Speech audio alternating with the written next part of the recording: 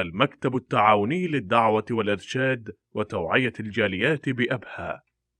حرم الله سبحانه وتعالى، لذلك ترك ما حرم الله أعظم من فعل ما أمر الله به.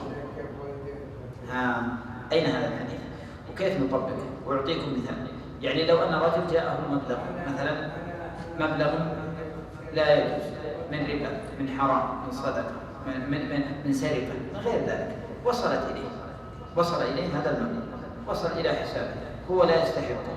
مثلا جاءه في العمل انتداب ولم يقم به، أو خارج ولم يقم به، فجاء ذلك المبلغ فنزل عن حسابه، فتركته لله. انظر، ترك المحظور أعظم من فعل المأمور، فتتركه لله سبحانه وتعالى أعظم من أن تتصدق بمثله. لو أنها مثلا 500 ريال فنزلت فتتركها لله، تردها إلى من أخذتها منه. عامل مثلا بقي له عندك شيء فتبحث عنه فتعطيه حقه، فتذهب وتعطيه هذه 100 ريال، ربما 100 ريال، هذه 100 تركها من الحرام أفضل من التصدق بها. لو تصدقت ب100 ريال، يقول عبد الله بن عمر قال: درهم من حرام تتركه خير لك من أن تتصدق ب10، لأن الحرام إذا وصل، والمبلغ إذا وصل، والمال إذا وصل إلى حسابك وخلاص واستطعت أن تأخذه، فتتخلص منه. لا يتخلص منه إلا متقي، لا يتخلص منه إلا رجل يخاف الله سبحانه وتعالى. أما فعل الطاعة فقد يفعلها الإنسان. قالت عائشة: إنكم لن تلقوا الله سبحانه وتعالى بأحب إليه من ترك الذنوب. فقد يكون الإنسان مقتصد، ليس كثير طاعة، لكنه يبتعد عن الذنوب، لا يفعل ولا يخطئ ولا يرتكب المعاصي والذنوب، فهذا أفضل من الدائم المجتهد، كما قالت عائشة: أفضل من الدائم المجتهد. قد يكون دائم المجتهد صاحب عبادة وقيام ليل وقراءة قرآن وطاعة، لكنه يقع في الذنوب، في الأمور، يسمع الحرام، يرى الحرام، يتكلم بالحرام، يغتاب، يبهت الناس، لأن هذه الغيبة واللسان كثير من الطاعات التي نفعلها يهدمها هذا اللسان. كثير من الطاعات، من كذب، من نميمة، من غيبة، من بهتان، من استهزاء بالدين، من غير ذلك من الأمور، هذا اللسان يهدم كثير من الطاعات.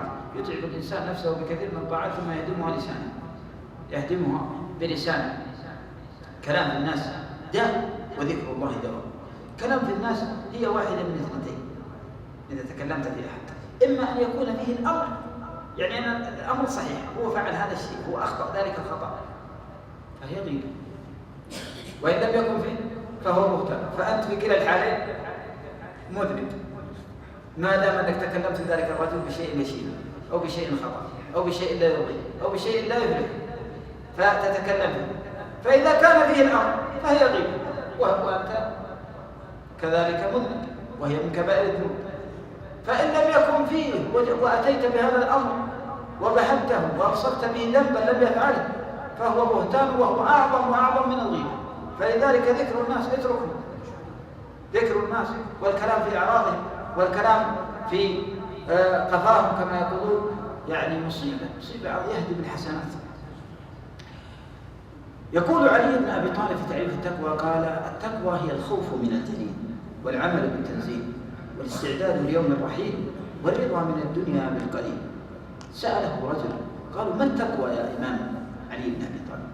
قال: هي الخوف من الجليل سبحانه وتعالى، تخاف أن يستقر خوف الله سبحانه وتعالى في قلبك.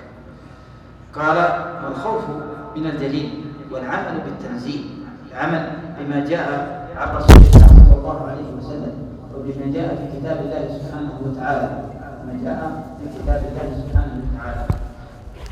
قال: والعمل بالتنزيل، والاستعداد ليوم الرحيل، والرضا من الدنيا بالقليل. فلا تطمع، هذا مصيبة. طمع ما أهلك كثير من الناس إلا الطمع والنظر إلى غيره. لذلك من طمع، قال: الحر عبد ما تراه طامعا، والعبد حر ما تراه قانعا. فإذا طمع الإنسان أصبح عبدا لدينه، عبدا لماله، عبدا للدرهم والدينار. تعس عبد الدينار، تعس عبد الدرهم، تعس وانتكس، وإذا شيك فلا انتكش. فمن الناس من هو عبد لماله، عبد للدنيا. والرضا من الدنيا بالقليل. هذه كلمة من علي بن أبي طالب يقف الإنسان عندها، لأنك إذا رضيت شكرت الله سبحانه وتعالى. إذا رضيت شكرت الله سبحانه وتعالى. يقول النبي صلى الله عليه وسلم في قاعدة نبوية عظيمة وتأملوها، يقول عليه الصلاة والسلام: انظروا إلى من هو دونكم ولا تنظروا إلى من هو فوق على عدد الأضياف يعني من الغنم. هذا كرم. طيب هل هناك أكرم أصلا من الأنصار؟ والله لو بلغ ما بلغ هؤلاء الذين في المقاطع والأمور، والله لو بلغوا ما بلغوا والله ما يصلون واحد من الأنصار الذين أثنى الله عليهم يؤثرون على أنفسهم ولو كان بهم خصاصة. تنزل الآيات: لن تنالوا البر حتى تنفقوا مما تحبون. فيأتي أبو طلحة الأنصاري فيقول: يا رسول الله لي بستان عظيم فيه ما فيه من النخل وفيه ما فيه من الماء. قال: هو صدقة لوجه الله أرجو برها عند الله سبحانه وتعالى. لما نزلت لن تنالوا البر يريد أن ينال البر، لكن لن تنال البر حتى تنفق مما تحب. فرأى ما هو أحب أمواله إليه فإذا هو ذلك البستان فذهب جعله صدقة في سبيل الله. يأتي إنسان يبذخ في هذا الزمان يسمونها ما يسمونها ويقول أنه أكرم يصورون الشباب يصورون أي كرم تصل إلى كرم واحد من الأنصار أصلا. كرم الأنصار هؤلاء الذين يوم جاء ضيف أعرابي إلى النبي صلى الله عليه وسلم فقال: من يضيف هذا؟ قال: أنا يا رسول الله. فذهب وضيفه. ماذا فعل المسكين؟ ما عنده عشاء إلا عشاء أبنائه، فقال لأبناء زوجته: نومي أولد. انظر الكرم، هذا الكرم الحقيقي، ما هو كرم هذا اللي جالسين يصورون ويحط يدك علشان تصب بالسمن، كلام فاضي. ويطلق من حرمته، يطلق من 4 نسوان، يطلق كلام فاضي. والله يا اخواننا بلغ بالنعمه يعني ما يعدله بلغ. فياتي ذلك الانصاري فيقول لزوجته: نومي الصبيه. فناموا الصبيه وهم من الجوع. ثم قال: نضحك على الضيف نريه كاننا ناكل. انظر الى حيله الكريم. قال: نريه أن نأكل لأن الطعام قليل ما يكفي إلا للضيف. فكأنهم يأكلون يمدون أيديهم لكن لا يأكلون حتى أكل الضيف وشبع. ثم نام. ضيف رسول الله، ضيف الرسول، من يضيف هذا؟ فذهبوا فضيفوه. فلما جاء الصباح قال الرسول صلى الله عليه وسلم: قال: لقد عجب الله من صنيعكم البارحة. سبحانه إنه العالم، أن الذي لا تخفى عليه خافية، ما تسقط من ورقة لا يعلمها ولا حبة في ظلمات الأرض ولا رطب ولا يابس إلا في كتاب مبين. سبحانه. قال: وأنزل سبحانه: ويؤثرون على أنفسهم ولو كان بهم خصاصة. فمن يأتي ربع أو عشر كرم الأنصار هؤلاء أثنى عليهم النبي صلى الله عليه وسلم: حبهم إيمان وبغضهم نفاق، لا يحبهم إلا مؤمن ولا يبغضهم إلا منافق. إذا كنت تحب الأنصار هؤلاء الذين واسوا وقدموا وأعطوا، هذه مزارعنا يا رسول الله، هذه أراضينا. بعضهم يقول لصاحبه الأنصاري: هذه زوجتان، قال: أطلق واحد تزوج واحد. كرم ما بعد كرم. يأتي هؤلاء الذين يلعبون بالأرصدة والمزايد والأمور، غسيل الأموال، يقولون كرم، طلاق، ويطلق. نحفظ لكم ثم يتصل: يا شيخ أنا طلقت المرأة علشان أطلق، إيش رأيك في الطلاق هذا؟ بعضهم يقول: أكفر أصلا، يعني هو يفتي نفسه بنفسه، أكفر أطلع كفارة 100 ريال. فيتصل هو يفتي نفسه بهذه الطريقة. عليكم السلام ورحمة الله وبركاته. فنقول: انظروا إلى ذلك الأنصاري، جاءه أكرم الناس، جاءه الرسول صلى الله عليه وسلم، وجاءه 2 أبو بكر وعمر، أكرم هذه الأمة بعد الرسول صلى الله عليه وسلم. ماذا فعل؟ نبه لهم واحد وضيفهم أحسن ضيافة رضي الله عنهم وارضاهم. نعود إلى الحديث عن التقوى، لكن والله الحديث عن الإسراف والبذخ والأمور التي تحدث في هذا الزمان يجب أن نتكلم عن الخطب والمحاضرات في كل شيء. انظروا، نعود إلى قصة 7 هؤلاء الذين كان لهم جنتان عن يمين وشمال. كانت المرأة تأتي بمكتل تضعه على كتفها ثم فتخرج بالمكتل وقد امتلأ تلك الفواكه تلك الأمور. جنتان عن يمين وشمال. قال الله سبحانه: بلدة طيبة ورب غفور. أي شيء، بلدة طيبة ورب غفور. فماذا فعلوا؟ فأعرضوا. فماذا كان جزاؤهم؟ هل هم أحسن منا ولا إحنا أحسن منهم؟ فأعرضوا. إذا كان إعراض الناس فأعرضوا فأرسلنا عليهم سيل العرم وبدلناهم بجنتين ذواتي أكل خمط وأثل وشيء من سدر قليل، ذلك جزيناهم بما كفروا وهل نجازي إلا الكفور. وجعلنا بينهم وبين القرى التي باركنا فيها قرى طاهرة وقدرنا فيها السير، سيروا فيها ليالي وأيام آمنين. فقالوا ربنا باعد بين أسفارنا إلى آخر القصة. وعودوا إلى تفسير الطبري ذكر يعني ما كان عليه من حضارة في اليمن، وقوم سبأ كيف وصلوا إلى حضارة عظيمة، ثم بدلهم الله سبحانه وتعالى بتلك الحضارة لما أعرضوا ولما كفروا النعمة. كفر النعمة هذا مصيبة. التقوى الكاملة يدخل فيها فعل الواجبات وترك المحرمات، وكذلك فعل المندوبات وترك المكروهات. هذه التقوى الكاملة التقي. لأن التقوى درجات.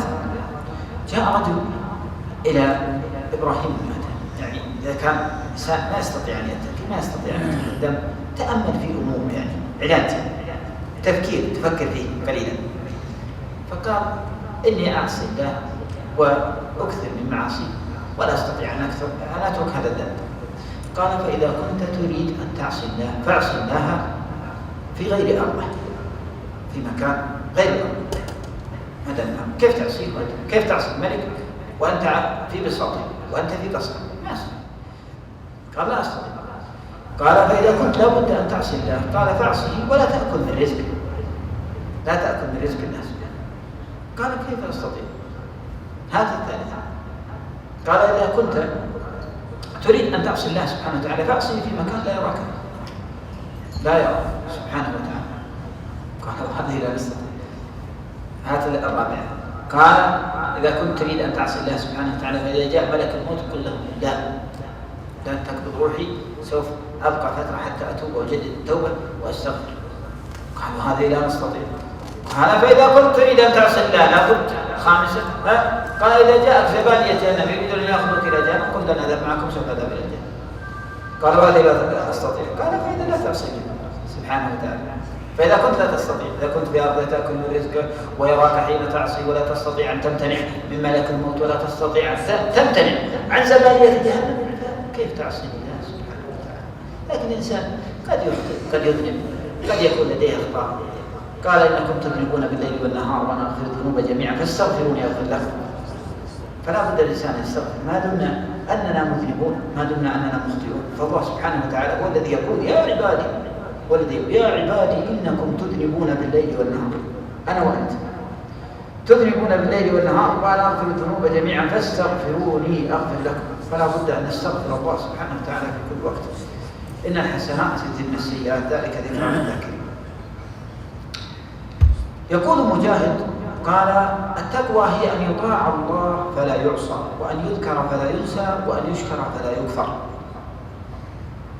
ولا يبلغ العبد درجة المتقين كما يقول الحسن البصري حتى يدع ما لا بأس به حذرا مما به بأس. ما معنى هذا الكلام؟ يفسره قول عمر رضي الله عنه وارضاه قال كنا نترك 19 الحلال مخافة الوقوع في الحرام. يعني بعض الأوقات تترك الشيء ليس لأجل أنه حرام هو بنفسه، لكنه مشتبه، لكن في نفسك من شيء فتتركه. فلا يبلغ الرجل درجة المتقين حتى يترك ما لا بأس به حذرا مما به بأس. وكما قال عمر قال كنا نترك 19 الحلال مخافة الوقوع في الحرام. فتترك شيء من الحلال، تترك شيء حتى وإن كان، لكن في نفسك من شيء. لأن النبي صلى الله عليه وسلم بين حديث وابصة بن معبد، حديث ال40 نووية، حديث عظيم في أيضا معجزة. هذا الحديث جاء وابصة ابن معبد إلى النبي صلى الله عليه وسلم فقال له قبل أن يسأل، أخبره بما يريد أن يسأل عنه قبل أن يسأل. ماذا قال له؟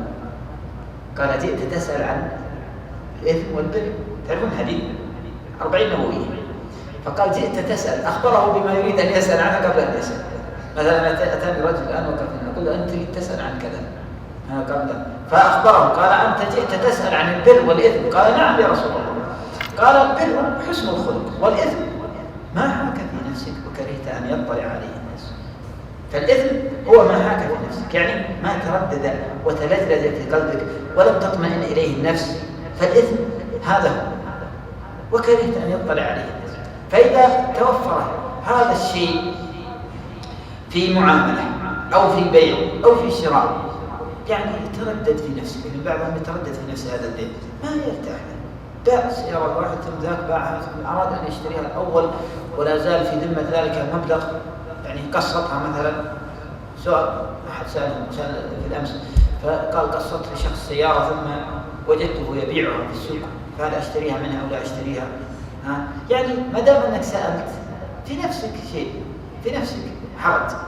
كثير من الأمور الآن والبيع والشراء، بعضهم ينزل له قرض ثم يذهب ويعطي شخص ويبيع له الأرض أو الشقة أو غير ذلك، ويأخذ مبلغ هو لأنه أفرغ الأرض لشخص حتى يحصل على قرض الصندوق العقاري أو غير ذلك. كثير معاملات كثيرة تحدث بين الناس، فالإثم ما حاك في نفسك وكرهت أن يطلع عليه الناس.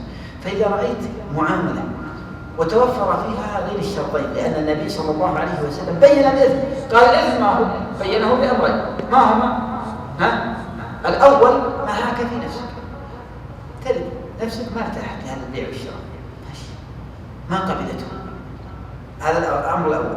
الشرط الثاني، الأمر الثاني، عام الثاني، كرهت أن ينظر عليه الناس، ما تبغى أحد يعرف أنك تبيع وتشتري في الأسهم في هذه الشركة، ما تبغى أحد يدري أنك تبيع بهذه الطريقة وتشتري بهذه الطريقة، فابتعد. إذا توفر هذين الأمرين فاعرف أنه إثم، إثم ما حاك في نفسك وكرهت أن يطلع عليه الناس. هذه هي التقوى الحقيقية. والتقوى هو أن تترك شيئا لا بأس به حذرا مما به بأس، خوف أن تقع في شيء محدود. في حديث يقول النبي صلى الله عليه وسلم: اتق الله حيثما كنت، اتق الله حيثما كنت. حديث معاذ بن جبل رضي الله عنه وارضاه، حديث في الترمذي، قال: اتق الله حيثما كنت وأتبع السيئة الحسنة تمحها وخالق الناس بخلق حسن. 3 وصايا نبوية ما أجملها وما أحسنها وما أفضلها. 3 وصايا، قال: اتق الله حيثما كنت، أينما كنت تتق الله سبحانه وتعالى، في البر في البحر، في السعودية ولا برا السعودية، في السيارات ولا في تامة، في البحر، في أي مكان، كنت وحدك أو بين الناس، اتق الله حيثما كنت. هذه الأولى، وصية نبوية منه صلى الله عليه وسلم. الثانية قال: وأتبع السيئة الحسنة تمحها. إذا أخطأنا مثلا حفرت حفرة ادفنها حتى تمشي، أخطأت وفعلت سيئة ففعل حسنة حتى تمحها.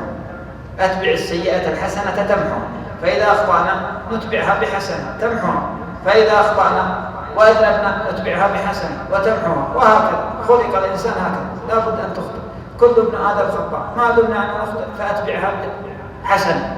أخطأت، سمعت شيء محرم، نظرت إلى شيء محرم، تكلمت بشيء محرم، توضأ وصل ركعتين، اذهب وتصدق بصدقة، أمر بالمعروف وانهى عن المنكر، انصح أخوك المسلم، تعال إلى المسجد واقرأ قرآن، اذكر الله وسبح وهلل، أتبع السيئة الحسنة، هكذا تمحى. فإذا فعلت خطيئة فأتبعها بحسنة، وهكذا. يقول الله سبحانه وتعالى: أقم الصلاة طرفي النهار وزلفا من الليل إن الحسنات يذهبن السيئات، إن الحسنات يذهبن السيئات، ذلك ذكرى للذاكرين. كان معك عدل إن كان معك، فلا تتمادى في السيئة ولا تتمادى في الخطايا والذنوب، فإذا أخطأت فأدفنها بحسنة، وهكذا. وأتبع السيئة، هذه الوصية الثانية لمعاذ: اتق الله حيثما كنت وأتبع السيئة الحسنة تمحها وخالق الناس بخلق حسن. أخلاق الحسنة الطيبة هذه سمة المسلم وصفات المؤمن، خلق الطيب خلق الحسن. ذلك يقول ابن القيم في كلمة جميلة عظيمة دائما يعني تذكرها، يقول رحمة الله عليه: قال: الدين كله خلق، فمن سبقك في الخلق فقد فاقك في الدين، فقد زاد عليك في الدين. الدين كله خلق، ما ينهي دعوة ولا هي بمظاهر. قال: الدين كله خلق. صحيح أن هذه أمور لا بد منها، لأن بعضهم، أنا أقصد يعني قلت اللحية، لأن بعضهم قد يكون عليه سيما الخير وعليه ظاهره الالتزام، لكن أخلاقه يا أخي ما تستطيع أن تجلس معه، ما تستطيع أن تعاشر، ما تستطيع أن تبقى معه. هذه مشكلة، هذه مصيبة إذا كان بالطريقة هذه. فقال: الدين كله خلق، فمن زاد عليك في الخلق فقد زاد عليك في الدين. ما بعضهم أخلاقه ترفع ذلك، هذه الخلق أقرب الناس مجلسا من النبي صلى الله عليه وسلم وأحبهم إليه يوم القيامة أحاسنكم أخلاقا الموطؤون أكنافا الذين يألفون ويألفون هؤلاء هم أقرب الناس إلى النبي وأحبهم إليه عليه الصلاة والسلام.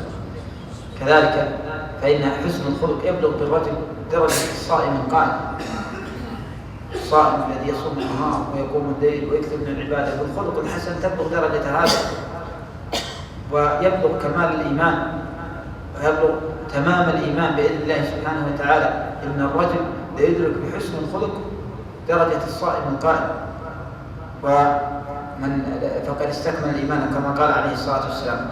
فلذلك هذه 3 وصايا أوصى بها النبي صلى الله عليه وسلم. قال الحسن: ما زالت التقوى بالمتقين حتى تركوا كثيرا من الحلال مخافة الوقوع في الحرام. ما زالت التقوى بالمتقين لأنهم ما سموا متقين، قال ما يقول أحد السلف سفيان الثوري وغيره قال إنما سموا متقين لأنهم تركوا شيئا من الحلال، أما ترك الحرام فهذا واجب. قال لأنهم تركوا شيئا من الحلال مخافة الوقوع في الحرام. ويقول هنا الحسن قال: ما زالت التقوى بالمتقين حتى تركوا كثيرا من الحلال مخافة الوقوع في الحرام. لأن الإنسان إذا ترك لأنه إذا تهاون بهذه الأمور تهاون بالسيئات هذه مصيبة. يقول عليه الصلاة والسلام قال: إياكم ومحقرات الذنوب. محقرات الذنوب أشياء بسيطة يفعل الإنسان يظن أنها والحمد لله ما غير فعلنا ما غير نظرنا ما غير سمعنا ما غير تكلمنا ما غير جلسنا ما غير فتكثر الأمور، وجاب المنكرات إلى بيته وجاب الأمور وتساهل في لباس وفي أشياء في البيت ومنكرات، ولم ينصح ولم يأمر بالمعروف ولم يؤدي الأمانة التي في عنقه ولم يذكرهم بالله سبحانه وتعالى. فتساهل لأن السيئة تجر إلى السيئة. كلما تساهل الإنسان بشيء جره ذلك إلى الذي بعده، لأن هذه تسمى خطوات الشيطان. لماذا سماها الله؟ لأن اللفظ هنا لفظ له معنى. يا أيها الذين آمنوا لا تتبعوا خطوات الشيطان. سماها الله خطوات لأنها خطوة وراء خطوة خطوة وراء خطوة. فإذا فعلت بتجد بعضهم يقول لا والله ما أدري زمان قبل فترة حتى التلفزيونات قلنا ما ندخلها في بيوتنا لا قنوات إسلامية ولا غيرها، قلنا ندخل قنوات إسلامية. يلا انظر كيف خطوات الشيطان كيف تأتي. دخلوا قنوات إسلامية فبدأت الأمور تراود. نقول خلنا نشوف الأخبار في الجزيرة في قناة الجزيرة، فدخلنا قناة الجزيرة. ثم بعد ذلك قالوا لا قنوات الجزيرة هذه وقنوات لازم ندخل قنوات أخرى حتى يكون هناك يعني مصداقية في الأخبار، لأن بعض الأخبار التي تأتي من قناة الجزيرة لها هدف ولها توجه معين. لابد أن نسمع الأخبار من القنوات الأخرى التي فكنا الدش كان 700 قناة قالوا علشان نشوف الأخبار من كل مكان ونعرف أحوال إخواننا المسلمين. قصد إخواننا المسلمين ما قصدهم شيء، لا تسيئون الظن أبدا، لكن الأخبار لا جاءت خاصة النشرة الجوية وغيرها والأمور والأشياء فتساهل الناس وعد الأمور. وهذه خطوات الشيطان. قال ومن يتبع خطوات الشيطان، لأن الله سماها خطوات في 3 آيات في كتابه الكريم، في 3 آيات في كتابه الكريم فسماها الله خطوات. فلا تتبع خطوات الشيطان. يقول إياكم ومحقرات الذنوب فإنهن يجتمعن على المرء حتى يفلته. تأتي هذه محقرات الذنوب فيفعل الذنب ويفعل الخطأ فتجتمع. ثم ضرب النبي صلى الله عليه وسلم مثالا قال كقوم خرجوا إلى فلاة قال فذهب أحدهم أتى بعود وهذا أتى بعود وهذا أتى بعود حتى طبخوا طعامهم وأنضجوا. قال فذلك مثل محقرات الذنوب. الله سبحانه وتعالى يقول قال ووضع الكتاب فترى المجرمين مشركين مما فيه ويقولون يا ويلتنا ما لهذا الكتاب لا يغادر صغيرة ولا كبيرة. قال ابن عباس يقول حتى الضحكة يعني بعضهم يضحك يريد أن يستهزئ بشخص أو كذا. فقال لماذا قدمت الصغيرة على الكبيرة؟ قالوا لأن الإنسان يفعلها ماذا وهو محتقر لها، يفعل الأمر بسيط يقول ما غير صغيرة ما خير المرأة خلنا نشوف خلنا ننظر خلنا نسمع خلنا نتكلم في هذا الأمر فيفعل ذلك الخطأ. هذه مصيبة، والمصيبة تجر إلى مصيبة أخرى. والإنسان متى ما عاقر الذنوب والمعاصي فإنه يجره ذلك إلى أن يتساهل فيها حتى يمسخ قلبه كلا بل ران على قلوبهم ما كانوا يكسبون. يقول أحدهم إذا رأيت الرجل يريد أن يصلي مثلا، تأتي إلى المسجد وأن تريد أن تصلي مثلا تراويح 11 ركعة، أو تريد أن تقرأ من القرآن جزئين أو 3 في رمضان، أو تريد أن مثلا تجلس بعد صلاة الفجر إلى الإشراق وتصلي ركعتين ثم تذهب إلى بيتك، فذهبت إلى المسجد صليت الفجر، بعد ما صليت جاك يعني سبحان الله كأنها شيء أشغلك أو أمر، أو وجدت نفسك غير يعني مقبلة على الطاعة، تريد أن تقرأ جزء من كتاب الله سبحانه وتعالى بعد العصر بعد المغرب في أي وقت، تحضر محاضرة، جيت حضرت يا أخي كثر علينا كلام هذا ثم خرجت من المسجد. فاعرف أن هناك ذنب، اعرف أن هناك ذنب جاثم على قلبك يمنعك من الطاعة. يعني ذلك الإصرار على الكبيرة، الإصرار على الصغيرة وفعل الكبيرة، هذه هي التي تمنع الإنسان عن الطاعة. لذلك لما قال رجل للحسن البصري قال إني أهيئ وضوئي وأريد أن أقوم من الليل فما أستطيع، قال ذنوبك قيدتك.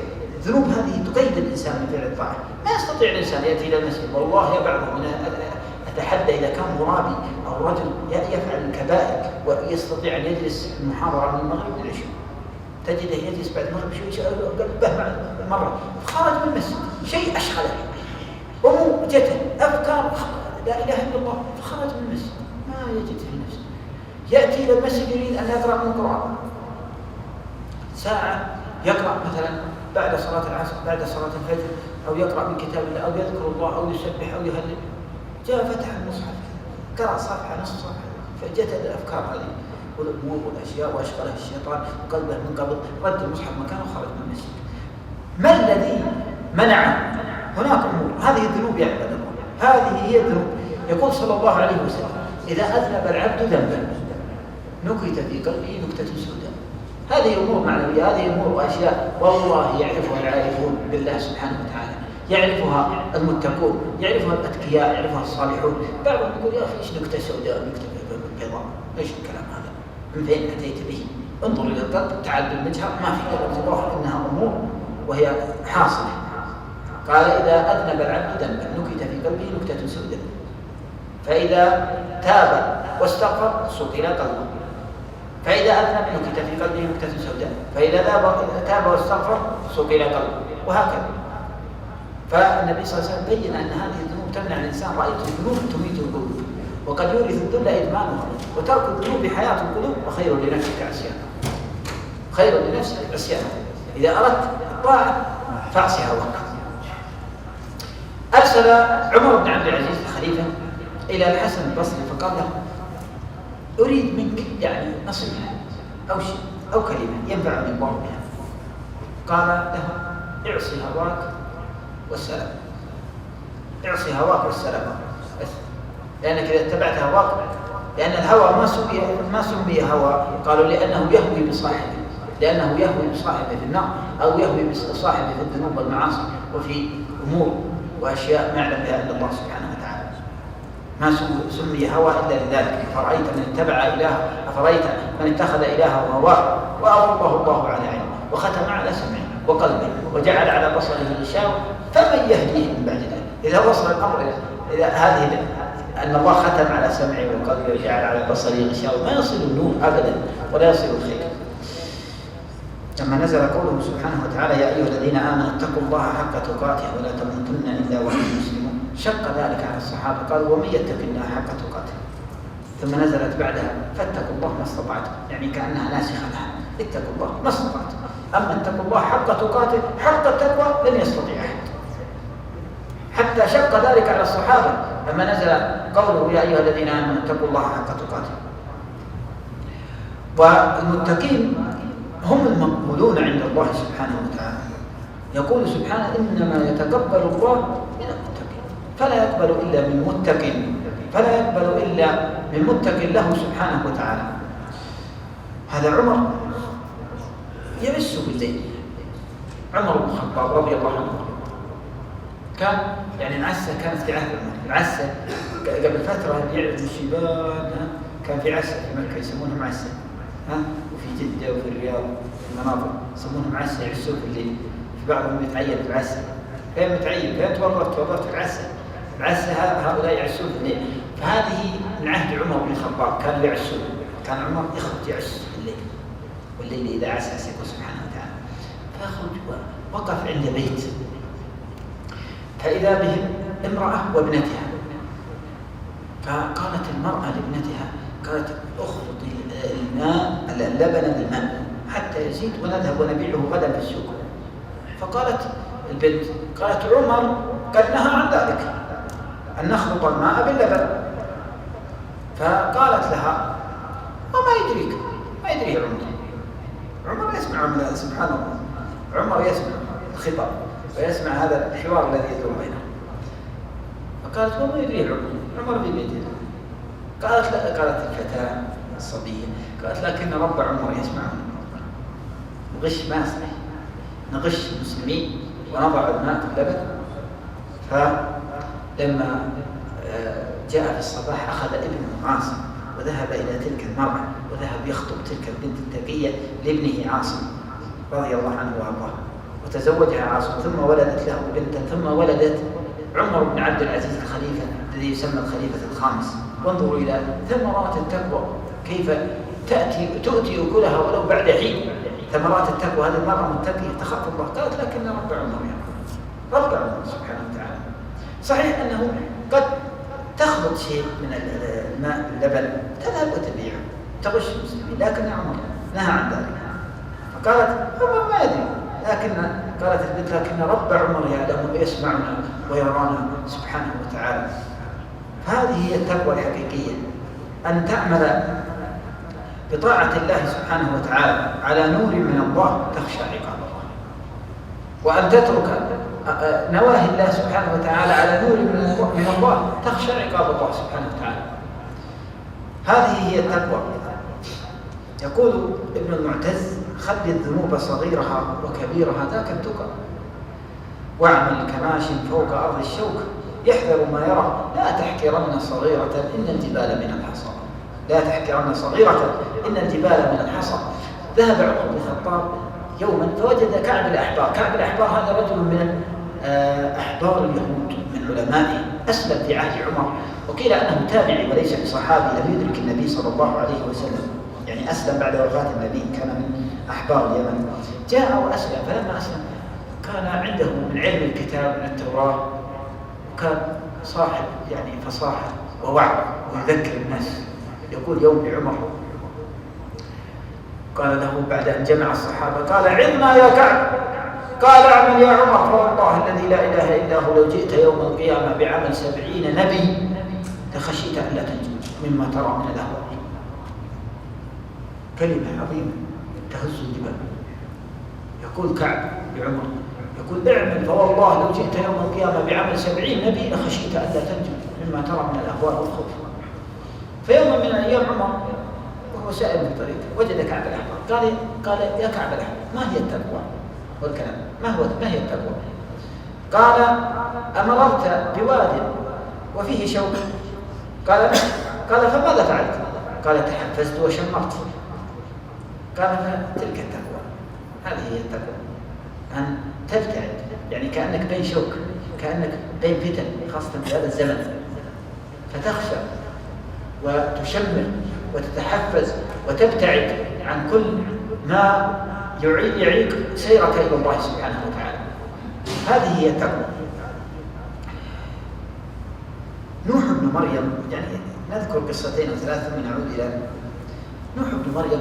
رجل كان من أهل الشام وكان له بستان كبير، فيوم من الأيام ذهب إلى السوق، أراد أن يشتري عبدا يعمل في بستانه، فأتى بذلك العبد اسمه مبارك، اشتراه. فلما ذهب به وبقي ما يقارب السنة، فقال له اذهب وأتني بعنقود عنب، لما كان في الصيف وكان وقت نضوج العنب، قال اذهب وأتني بعنقود عنب. فذهب وأتى بعنقود لكنه حامض، يعني ما عرف شكله. قال اذهب وأتني بحلو، شيء حلو. فذهب وأتى به بنفسه. قال ما تعرف الحلو من الحامض؟ أما ذقته؟ قال والله ما ذقته. قال سنة وما ذقت العنب؟ قال والله ما ذقته، إنما قال وضعتني هنا حارسا وأمينا وليس لي آكل من هذا البستان ولن آكل إلا بإذنك وما أذنتني. فلما رآه نوح بن مريم هذا الرجل وهذا الذي ما شاء الله يعني فيه خوف من الله سبحانه وتعالى. قال إن لي ابنة آية في الجمال، يعني ابنته، فعرض عليه ابنته فتزوجها هذا المبارك واعتقه لله، يعني جعله حرا، فولدت له عبد الله بن المبارك. ومن لا يسمع عن عبد الله بن المبارك التابعي الجليل؟ ولد سنة 118 وتوفي سنة 181. عبد الله بن المبارك صاحب الأبيات التي ذكرتها قبل قليل: رأيت الذنوب تميت القلوب وقد يورث الذل إدمانا. صاحب يا عابد الحرمين، شاعر ومجاهد، كان يحج سنة ويغزو سنة. ولدت، وهذه ثمرة التقوى، ثمرات التقوى كان عندهم. يعني لو تقارن يعني ما نفعله نحن، نتساهل الآن في ذنوب. يقول أنس بن مالك رضي الله عنه وارضاه بكلمة عظيمة، يقول إنكم، أنس بن مالك يخاطب من؟ يخاطبنا نحن، يخاطب التابعين، فيقول إنكم لتعملون أعمالا هي أدق في أعينكم من الشعر، إن كنا لنعدها في عهد النبي صلى الله عليه وسلم من الموبقات. نراها من الموبقات. طيب هذا يقوله للتابعين، فكيف حالنا الآن؟ نفعل أفعال، نذنب ذنوب، نخطئ ونعصي، ونقول ربك غفور رحيم، ربك غفور رحيم، وهكذا. نتساهل في تكبيرة الإحرام، نتساهل في العبادة، نتساهل في صلاة الفجر، نتساهل في أمور كثيرة ما يعلم بها إلا الله سبحانه وتعالى. ربك غفور رحيم، هكذا، ربك غفور رحيم. إلى متى ونحن هكذا؟ لابد الإنسان يغير مساره وأن يحاسب نفسه. يقول عمر بن الخطاب: حاسبوا أنفسكم قبل أن تحاسبوا، وزنوا أعمالكم قبل أن توزنوا، وتزينوا للعرض على الله. تزين للعرض على الله سبحانه وتعالى بماذا؟ بأعمال طيبة، بأعمال صالحة، بشيء تكون فيه النجاة، ليس بالثياب. تزيننا نعم في الدنيا بالثياب والأمور، لكن الزينة الحقيقية هي التقوى، ولباس التقوى ذلك خير. سماه الله لباس، سماه الله سبحانه وتعالى لباس، فهو لباس. فيقول: حاسبوا أنفسكم قبل أن تحاسبوا. حاسب نفسك في أمور كثيرة، حاسب نفسك في صلواتك، حاسب نفسك مع كتاب الله سبحانه وتعالى. هل أنت تقرأ؟ يقول عثمان بن عفان: قال: والله إني أستحي من الله أن يمر اليوم ولا أقرأ شيء من كتاب الله سبحانه. هل نقرأ من كتاب الله؟ تستحي من الله والقرآن بين يديك وفي جوالك في بيتك في كل مكان، يمر اليوم اليومين ما قرأت ولا شيء، كأن الأمر يعنيك. لا نقرأ. قال: إني أستحي من الله سبحانه وتعالى أن يمر اليوم ولا أقرأ فيه من كتاب الله. يقول: لو صلحت قلوبنا ما شبعنا من كتاب ربنا. عثمان بن عفان ذكر ابن حجر في الدرر الكاملة في ترجمته، يقول: رجل كان جالسا في الحرم فصلينا العشاء، فلما صلينا العشاء كان بجانبي رجل متلذذ، فقام بعد صلاة العشاء فكبر، ثم قرأ الفاتحة، ثم افتتح بسورة البقرة، ثم قرأ آل عمران، ثم قرأ السبع الطوال، ثم قرأ القرآن كاملا كله في ركعة واحدة، ثم ركع، ثم رفع، ثم جلس، ثم تشهد، ثم سلم، فأذن بصلاة الفجر، يعني ليلة كاملة قرأ القرآن في ركعة. قال: فنظرت فإذا هو عثمان بن عفان قرأ القرآن في ركعة. عودوا إلى الدرر الكاملة لابن حجر، قرأ القرآن في ركعة في الحرم، ذهب، كان متلثم، ما يبغى أحد يعرف، ما يريد أحد يعرف، رضي الله عنه وارضاه. من بعد صلاة العشاء ما انتهى إلا مع صلاة الفجر. فما هو حالنا؟ هذا الذي يقول عن نفسه: قال: إني أستحي أن يمر اليوم ولا أقرأ فيه شيء من كتاب الله سبحانه وتعالى. فلنحاسب أنفسنا يا عباد الله. شرف المؤمن بتقواه، لذلك الله سبحانه وتعالى قال: إن أكرمكم عند الله أتقاكم. الكريم ليس بنسبه، وليس بحسبه، وليس بماله، ولا بمنصبه، ولا بغير ذلك. الكريم إنما هو بتقواه. الكرام عند الله سبحانه وتعالى هم أهل التقوى. إن أكرمكم عند الله أتقاكم. قال هذه الآية سبحانه وتعالى بعد ماذا؟ بعد ذكر القبائل والشعوب، شعوبا وقبائل لتعارف. قال: يا أيها الناس إنا خلقناكم من ذكر وأنثى وجعلناكم شعوبا وقبائل لتعارف. بعد ذكر الشعوب والقبائل والنسب والحسب، قال إن أكرمكم عند الله أتقاكم. لا عبرة. فلتسقط القبائل والنسب والحسب إذا لم يكن هناك تقوى، إذا كان صاحبها فاجر، إذا كان صاحبها فاسق، إذا كان لا يخاف الله سبحانه وتعالى ولا يصلي مع المسلمين. ما الفائدة من النسب وشجرة النساب لديه ويقول أنا صاحب الحسب والنسب لما بعد، إذا كان لا يصلي مع الناس، إذا كان لا يشهد صلاة الجماعة، إذا كان رجل فاسق فاجر يحارب الدين، يحارب أهل الإصلاح والخير والأمر بالمعروف والنهي عن المنكر. فما الفائدة من نسبه أو منصبه أو ماله إذا كان هذه طريقته؟ فلما ذكر الله سبحانه وتعالى ليعلم أن الكرم إنما هو بالتقوى فقط وليس بالقبائل وليس بغيره. إن أكرمكم عند الله أتقاكم. سئل النبي صلى الله عليه وسلم قالوا من هو الكريم يا رسول الله؟ قال الكريم ابن الكريم ابن الكريم ابن الكريم هو يوسف ابن يعقوب ابن إسحاق ابن إبراهيم عليه السلام. قالوا ما سألناك عن ذلك. قال من هو الكريم؟ قال الكريم، قال حتى قال الكريم هو التقي كما قال صلى الله عليه وسلم. كريم هو التقي.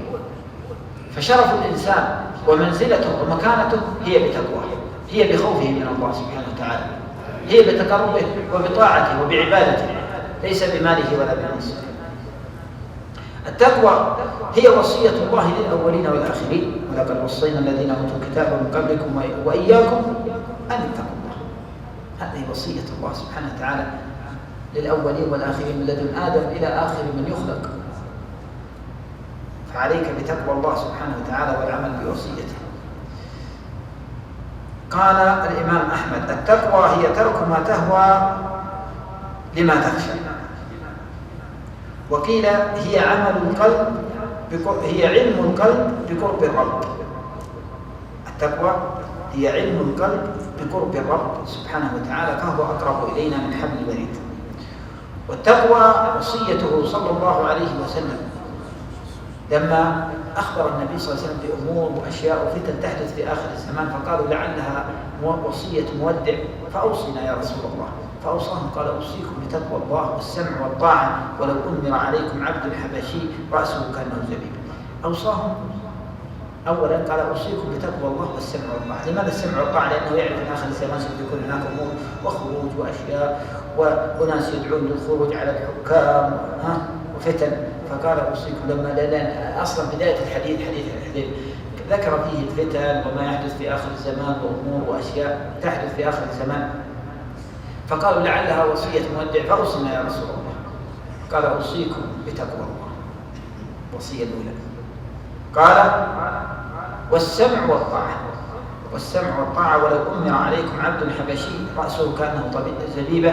فلا بد من السمع والطاعة للأمير ما دام أنه قد غلب وأصبح أميرا على الناس. التقوى هي أكثر ما يدخل الناس الجنة. لما سئل صلى الله عليه وسلم عن أكثر ما يدخل الناس الجنة قال: تقوى الله وحسن الخلق. تقوى الله وحسن الخلق، وهي أثقل ما يوضع في الميزان. قال صلى الله عليه وسلم: أثقل ما يوضع في ميزان العبد يوم القيامة تقوى الله وحسن الخلق، وهي وصية الأنبياء لأقوامهم: أفلا تتقون ويا قوم لا أسألكم عليه مالا نجري عند الله. أفلا تتقون، كل نبي أفلا تتقون يقول لقومه. فهي وصية عظيمة، ولا يوصف الإنسان بالتقوى إلا إذا ترك المحرمات وعمل بالواجبات وفعل المندوبات وترك المكروهات. هذا هو التقي الحقيقي. كان السلف يتواصون بالتقوى. وصية أبو بكر لعمر لما مات قال: أوصيك بتقوى الله، أوصيك بتقوى الله سبحانه وتعالى، لا يصرع عنك الله مصرعا كمصرعي. وعمر بن الخطاب أو عمر بن عبد العزيز كتب إلى وال من مواليه من ولاته على إحدى الأقاليم، كتب له وصية عظيمة. قال: أوصيك بتقوى الله التي لا يقبل غيرها ولا يرحم إلا أهلها ولا يثيب إلا عليها. قال: فإن الواعظين بها كثير والعاملين بها قليل. لما وصلت هذه الوصية إلى ذلك الوالي ترك الولاية ورجع إليه. قال: والله ما عاد ألي لك شيئا. قال: خلعت قلبي بهذا الكتاب. قال: ما أتأمر على أناس ولا تتولى على قوم ولا على إقليم. فقال له في الوصية قال أوصيك بتقوى الله والتي لا يقبل غيرها ولا يرحم إلا أهلها ولا يثيب إلا عليها فإن الواعظين بها قليل بين الواعظين بها كثير والعاملين بها قليل. من فضل التقوى ومن مكانتها ومنزلتها أن الله مع الذين اتقوا والذين هم محسنون، فهو معهم سبحانه وتعالى، ولو لم يكن في فضلها إلا هذه المعية. تفضل الأذان بعدها نكمل. بعد الأذان هناك دعوة مستجابة، في مواطن إجابة الدعاء بعد أن تقول الدعاء المأثور الذي بعد الأذان ثم تذكر الله ثم تصلي على النبي وتدعو. فرصة عظيمة.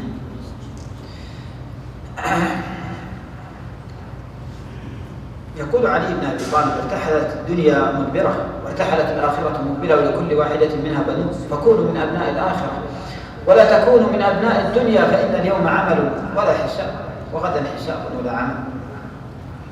ولتنظر نفس ما قدمت لغد واتقوا الله، لأن لباس التقوى هو خير لباس. يقول الشاعر: إذا المرء لم يلبس ثيابا من التقى تقلب عريانا وإن كان كاسيا، وخير لباس المرء طاعة ربه ولا خير في من كان لله عاصيا. أهل التقوى هم أولياء الله وأكرمهم على الله. سئل رسول الله صلى الله عليه وسلم عن أكرم الناس فقال: أتقاهم. جماع التقوى في أمور: أولا محبة الله سبحانه وتعالى وتقديمه على كل مرغوب ومحبوب. محبة الله. علامة التقوى أن تقدم أوامر الله سبحانه وتعالى على راحة نفسك، على لذائذ نفسك، على كل ما تريده، لأنه قد يتعارض أمر الله سبحانه وتعالى مع راحة النفس. مثلا أضرب لك مثال: صلاة الفجر، تريد أن تقوم من على فراشك، تريد أن تغالب النوم تقوم من فراش الدافئ الوثير وتؤدي هذه الصلاة، فماذا تفعل؟ تنتصر على نفسك وتقدم أوامر الله سبحانه وتعالى على رغبات النفس. هذا تقوى. يريد منك أبنائك أو أهلك أمر معين، ذهاب إلى مكان معين، شراء شيء معين، إدخال الأشياء إلى البيت قد تكون تتعارض مع أوامر الله، لباس أو غير ذلك من الأمور. فكونك تقدم أوامر الله على رغبات نفسك، على رغبات أبنائك وهم أحب الناس إليك مهما كان، فتقدم أوامر الله سبحانه وتعالى على هذه تقوى، لأنها قد تتعارض أوامر الله سبحانه وتعالى مع لذائذ النفس، مع راحة النفس، مع أمور، مع رغبات يريدها النفس، مع هواك. فحين تقدم أوامر الله سبحانه وتعالى على لذائذ نفسك وعلى لذائذ من تحب وعلى رغباتهم، عند ذلك تكون من المتقين. فهي علامة التقوى. إذا أردت أن تعرف علامة التقوى أن تقدم أوامر الله على راحة نفسك وعلى لذائذها وعلى محبوباتها وعلى محبوبات من تحب، فهي التقوى الحقيقية.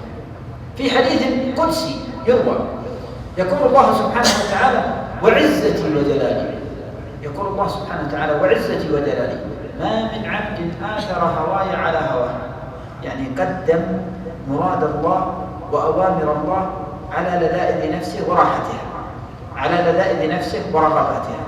قال: وعزتي وجلالي ما من عبد آثر هواي على هواه إلا أقللت همومه. وقال: وجعلت الغنى في قلبه وجمعت شمله واتجرت له من وراء كل ذلك. ما من عبد، قال: وعزتي وجلالي ما من عبد آثر هواي على هواه إلا أقللت همومه وجمعت عليه ضيعته وجعلت الغنى في قلبه واتجرت له من وراء كل تاجر. فإذا قدمت أوامر الله يكون هذا النتيجة، هذه هي النتيجة.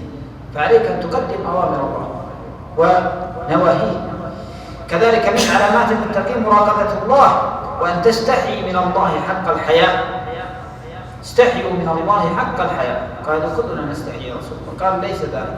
قال: الحياء من الله حق الحياء أن تحفظ بطن وما وعى والرأس وما حوى من عينين وأذنين ولسان، وأن تذكر الموت والبلى، ومن أراد الآخرة ترك زينة الحياة الدنيا. هذا هو حق الحياة. من علامات المتقين جماع التقوى أن تعلم عاقبة المعاصي والذنوب، وأن تعرف وأن لها عواقب وأن لها شؤم لا يعلم بها إلا الله. كذلك مجاهدة النفس خاصة في الخلوات، أن يغلق كل باب شر وفتنة على نفسه. بعضهم يروح مواطن الفتن ويقول لن أفتن. يا أخي قلبك ضعيف، إنسان ضعيف، خلق الإنسان ضعيف. تذهب إلى موطن فتنة، إلى أماكن فيه تجمعات وأشياء وأمور وغنى وفساد ورقص وبلاء وغثاء، أشياء يعني لا تخفى. فتذهب إلى اذهب إلى مواطن الطاعة. إذا أردت التقوى الحقيقية فاذهب إلى المساجد، إلى الخير، المحاضرات، إلى ذكر الله سبحانه وتعالى، زيارة الصالحين، زيارة المقبر، زيارة المقابر. أما تذهب إلى مواطن الفتن، مواطن فيها فتن، فيها أمور والله إنها تؤثر في قلبك وأنت لا تعلم. أولئك الذين لم يرد الله أن يطهر قلوبهم. فيذهب إلى مواطن ويرى فيها أشياء والناس من غير يلعبون، ما عليهم غير يلعبون، يطالعون في بعض، وكذا يطالع في الثاني وأمور وأشياء. يعني بعضهم حتى ما يحجب بناته اللي عمرها 11 سنة 12 سنة 13 سنة بديها معها المكتبة ولابسة لبس خبيث، لبس يعني ما يصلح أبدا. هذا تقول يا أخي اتق الله، ترى النبي صلى الله عليه وسلم تزوج عائشة عمرها 7 سنوات ولا دخل لها عمرها 9. تحجبها أقل شيء إن هذا البنطلون، هذه الأمور يا أخي. قلت صغيرة يا أخي، هذه صغيرة الله يهديك، ايش فيك؟ ايش تطول؟ فبعضهم يأتي بطريقة يعني. فتذهب إلى مواطن فتن. فأنصح نفسي والله، أنصح نفسي وإياكم. من أراد نصيحة، من أراد أن يأخذها، من أراد يخليها من هنا في المسجد، يخليها مكان. أنت لا تذهب إلى مواطن الفتن لأنها تمرض القلوب، تمرض القلوب. بعضهم يقول نروح نتفسح في الأسواق والمولات الكبيرة حتى الأولاد يستانسون. يا أخي اذهب، استطعت أن تتركها فهو أفضل، وإن استطعت أن تذهب بأهلك إلى أماكن يعني ليس فيها أحد، برية أو مكان ليس فيه، تفسحوا أنت وأولادك. لازم الأماكن هذه لا إله إلا الله، الأماكن هذه ما يحبونها مرة، لأن فيها توزيع أرقام وأمور وأشياء، وفيها توزيع مشروبات وعصيرات. فأنا والله أقول هذا كلام مما نسمع ومما نرى، واعذروني يا عباد الله. والله إني أعلم أن من في المسجد أنهم بعيدين عن هذا الكلام إن شاء الله، لكن الإنسان يبتعد. يعني مواطن الفتن لا يذهب إليها لأنها تمرض القلوب وتبعد الإنسان. لأن الله سبحانه وتعالى يعني لما ذكر الفتن، أو حتى النبي صلى الله عليه وسلم قال إذا سمعتم بالدجال، من سمع بالدجال ماذا قال؟ يذهب إليه ويقول كيف وجهه وكيف شكله. لا، فاتنا عنه، ابتعد، اذهب إلى مكان لا تذهب إليه، لأنك ربما تفتن في دينك. فمواطن الفتن لا يذهب الإنسان. ويقول النبي صلى الله عليه وسلم عن الفتن من استشرف لها استشرفته. تذهب وتقول أنا ما بفتن يا أخي، اذهب، لكن ترجع والله تضاعف إيمانك من تلك المواطن التي أقصدها أنا قد عرفتها. تذهب فترجع إلى قد نقص الإيمان، قد هناك أمور وأشياء، فلا بد أن تذهب إلى أماكن تحيي الإيمان. كان يقول معاذ للصحابة، معاذ أعلم الناس بالحلال والحرام، قال تعالوا بنا نؤمن ساعة. يريد مجالس طيبة، يريد مجالس ذكر، يريد مجالس طاعة، ذكر لله سبحانه وتعالى. هذه المجالس التي ترفع الأمة، سبب لنصر الأمة. لما خرج صلاح الدين الأيوبي بالمسلمين يريد أن يواجه الصليبيين قبل معركة حطين، خرج بالناس. فانظروا إلى يعني خرج في الليل ينظر إلى المعسكر ويدور به، فذهب إلى خيمة من المسلمين فوجدهم يذكرون الله. تعداه ومن معه إلى الخيمة الأخرى فوجدهم يذكرون الله ويقرؤون القرآن. فذهب إلى الخيمة الأخرى فوجدهم قيام الليل ويصلون قيام الليل. فذهب إلى الخيمة الأخرى فوجدهم يتذاكرون الحلال والحرام، يعني فكر يسمونها الحلال والحرام. فذهب إلى الخيمة الأخرى فوجدهم في ذكر، في طاعة، في قراءة القرآن. قال والله نصرنا بإذن الله. فجاء الصباح وقال المسلمين وخرج ولقي الصليبيين في حطين فهزمهم وسحقهم ودخل إلى بيت المقدس. هذا سبب النصر بإذن الله سبحانه وتعالى. الحلقات الطيبة التي تزيد في الإيمان. حتى أن رجل، نختصر لو خرجنا عن الموضوع شوي، أن رجل من الروم كان من أحبارهم، يعني رجل صاحب فكر، يعني من علماء فأتى به هرقل بعد معركة اليرموك، وقد يعني هزموا الروم، هزموا في كل نقطة، ما يزيدهم خالد بن الوليد إلا هزم. في كل موطن، هو أبو عبيدة وأبو عبيدة. فقال له ذلك قال يا أخي من هؤلاء الناس الذين تحاربونهم؟ قال من العرب. قال أنتم أكثر أم هم؟ قال نحن أكثر منهم. قال أنتم أكثر عدادا أم هم؟ قالوا نحن أكثر عدادا. قال فما بالكم تنهزمون عنهم في كل موطن؟ قال لكم من الهزائم الله بيعلم. فقال له قال نحن قوم انظر، هي سبب الهزيمة، سبب الهزيمة إذا انهزمنا عن حد، إذا قتل الإنسان عن حد اعرف أن هناك معاصي في الآخر، اعرف أن هناك بلاوي عندنا هنا. فقال أما سبب ذلك فما هو سبب ذلك؟ تنهزمون عنهم في كل موطن وأنتم أكثر منهم وأكثر عدد، إيش المشكلة يعني ليه؟ قال نحن قوم نزني، يتكلم عن نفسه، ونسرق وننقض العهد ونخون ونكذب ونغش. قال أما هم، يقصد المسلمين، فهم قوم يذكرون الله ويصلون ويوفون بالعهد ويصدقون في الحديث ويؤدون الأمانة ويتراحمون فيما بينهم، فلذلك ينتصرون عليه. قال أما أنت فقد صدقت، هذا الصدق، هذا هو الصدق فعلا، هو سبب النصر. هؤلاء، فلذلك أنا قلت لك يعني هذه الأمور والأشياء والدور التي يبحث عنها بعضهم، دور سينما وأشياء هنا في المملكة، ويعني من يطلع على وسائل التواصل يعرف ماذا يدور فهذه والله سبب الهزيمة. إذا كانت ستوجد هذه الأشياء والرقص والغنى وخروج النساء وركوبهم الدبابات وأشياء في بعض الأماكن. نعود إلى التقوى. من صفات المتقين أنهم يؤمنون بالغيب، فإن الله وصف المتقين في بداية سورة البقرة أنهم يؤمنون بالغيب. تؤمن بالغيب، هذا هو الفرق بين الكافر والمسلم، أنك تؤمن أن هناك يوم قيامة، أنك تؤمن بأنك سوف تقف بين يدي الله حافي ليس لديك إلا عملك. هذا هو الإيمان، هذه هي التقوى.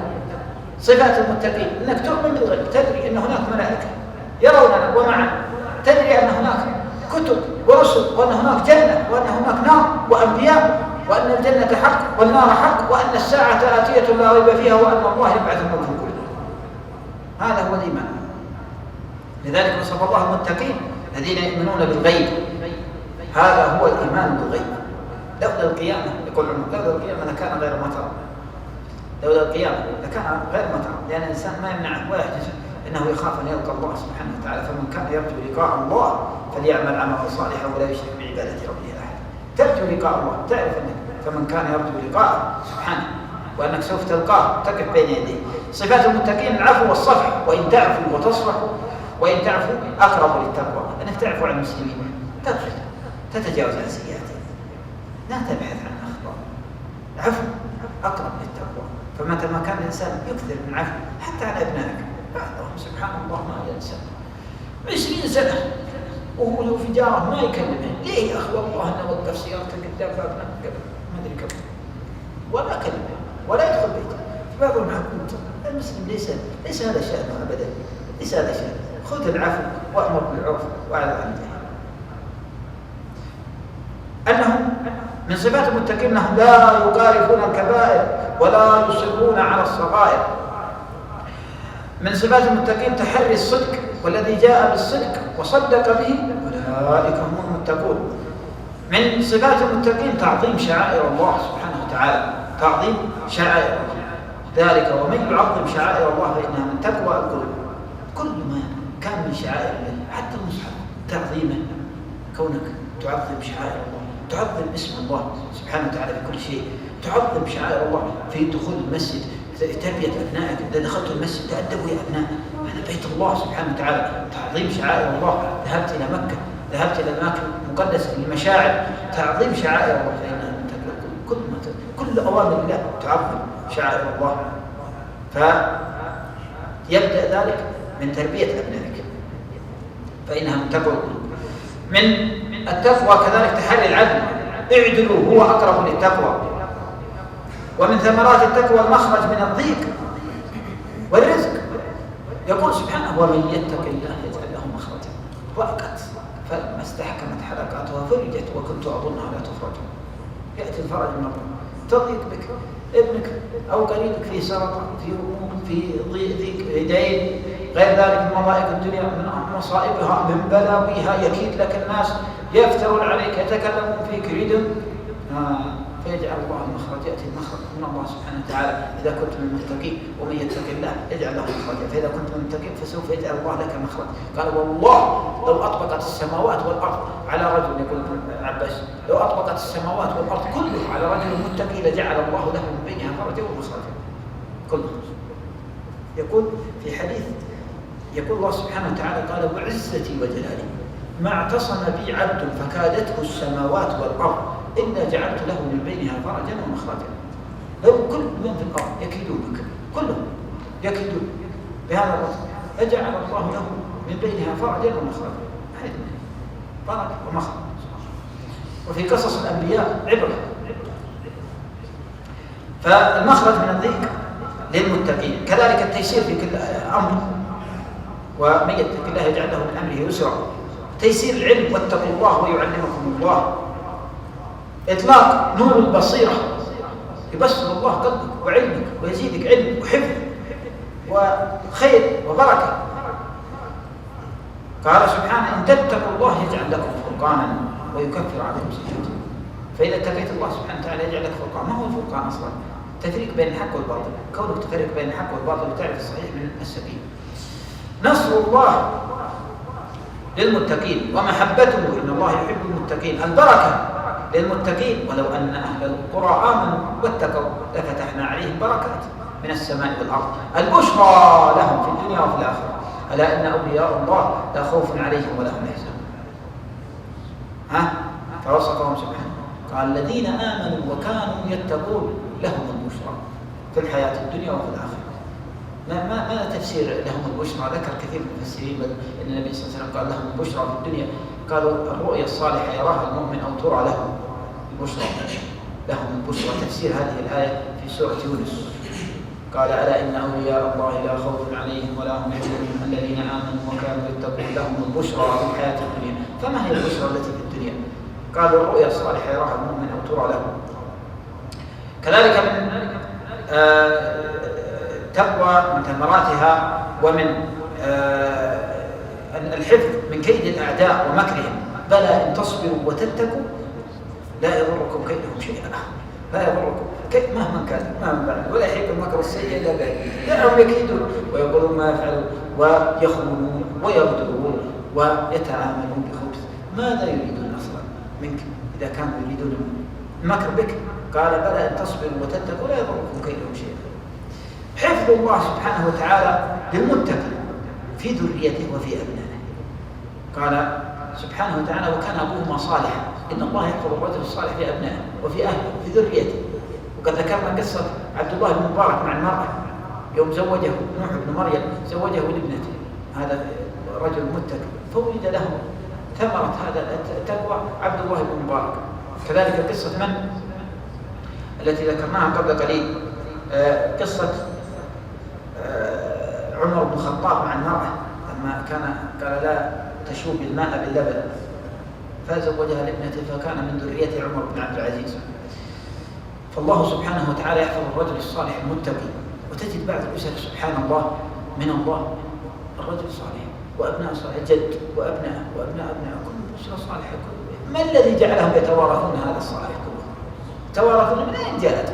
وراثه هو الصلاح، وراث التقوى. من يوم أخرج الولد بلحيته قصر الدور، لا، إنما هو تقوى من الجد حفظت هذا الرجل في ذريته، حفظت هذا الرجل في ذريته. قال إنني أنا الله الذي لا إله إلا أنا، إذا أطعت رضيت وإذا رضيت باركت وبركتي ليست لها نهاية. وإنني أنا الله الذي لا إله إلا أنا، يقول سبحانه في الحديث القدسي إذا عصيت غضبت وإذا غضبت لعنت ولعنتي تبلغ السابع من البلد. قال وليخشى الذين لو تركوا من خلفهم ذرية ضعافا فليتقوا الله وليقولوا قولا سديدا. والتقوى سبب لقبول العمل، إنما يقبل الله من المتقين. النجاة ونجينا الذين آمنوا وكانوا يتقون. كذلك الشرف والهيبة لصاحب التقوى، تكفير السيئات وعظيم الأجر، ومن يتق الله يكفر عنه سيئاته ويعظم له أجره. هذه هي التقوى يا عباد الله. والآية كما ذكرنا تحث على التقوى، يا أيها الذين آمنوا اتقوا الله ولتنظر نفس ما قدمت.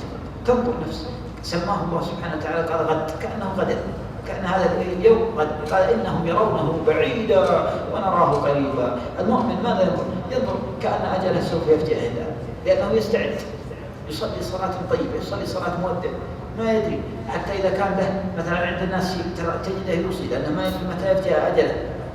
أما الفاسق الفاجر يقول بنتوب بعدين، بنتوب بعد 10 سنوات بنصلي ذاك الوقت، خلنا الحين نتمتع بشبابنا. فبعضهم ما كذا، لكن قال الله سبحانه وتعالى تنظر نفس ما قدمت لغد كأنه غدا، كأن يوم القيامة غدا، كأنك سوف تكون بين يدي الله غدا. فإذا استشعرت هذا الأمر أحسنت العمل. لذلك يقول النبي صلى الله عليه وسلم صلي صلاة مودع. وفي حديث النبي صلى الله عليه وسلم أوصى رجلا فقال له أوصيك بثلاث، قال أجمع اليأس مما في أيدي الناس، لا تطمع مما في أيدي الناس، رأيت عنده شيء، أجمع اليأس مما في أيدي الناس، ولا تتكلم بكلام تعتذر منه غدا. لا تجي اليوم تتكلم تغلط على الرجال وتجي بكرة تعتذر منه. قال لا تتكلم بكلام تعتذر منه غدا.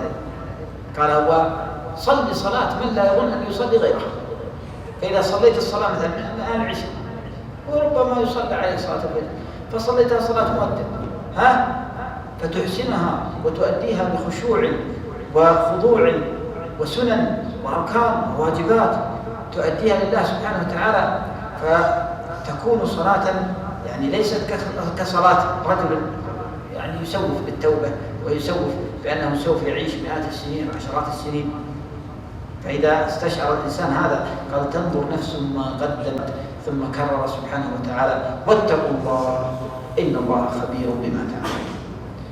اللهم إنا نسألك بأسمائك الحسنى وصفاتك العلى يا أرحم الراحمين ويا رب العالمين ويا أكرم الأكرمين ويا إله الأولين والآخرين، لا إله إلا أنت، لا رب سواك فيدعى ولا إله غيرك فيرجى.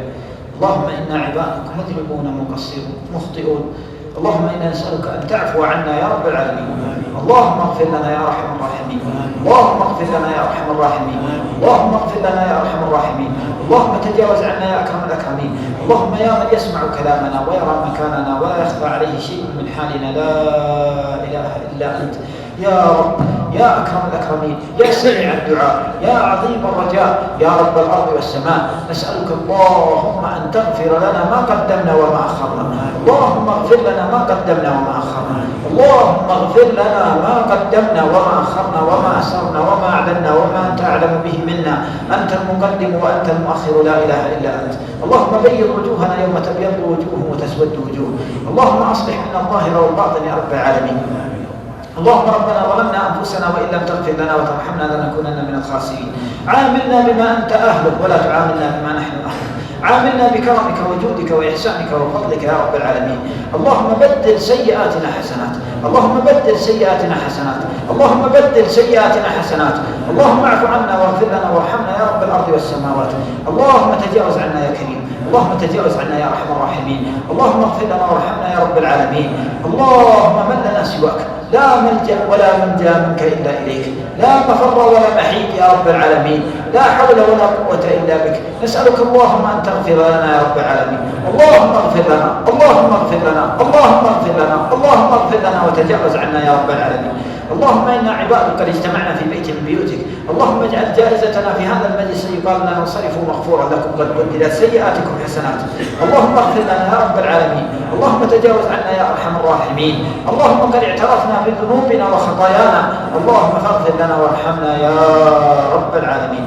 اللهم اعز الإسلام وانصر المسلمين، اللهم فرج هم إخواننا المسلمين في الشام، اللهم فرج همهم، اللهم نفس كربهم، اللهم يسر أمرهم، اللهم اغفر ذنوبهم. اللهم إنهم جوعى فأطعمهم، اللهم إنهم جوعى فأطعمهم، اللهم إنهم جوعى فأطعمهم، اللهم إنهم حفاة فاحملهم، اللهم اجعل لهم مما هم فيه فرجا ومخرجا. اللهم عليك بطاغية الشام، اللهم عليك بطاغية الشام، اللهم عليك بالروس الحاقدين، اللهم عليك بالرافضة الحاقدين، اللهم عليك بهم يا رب العالمين.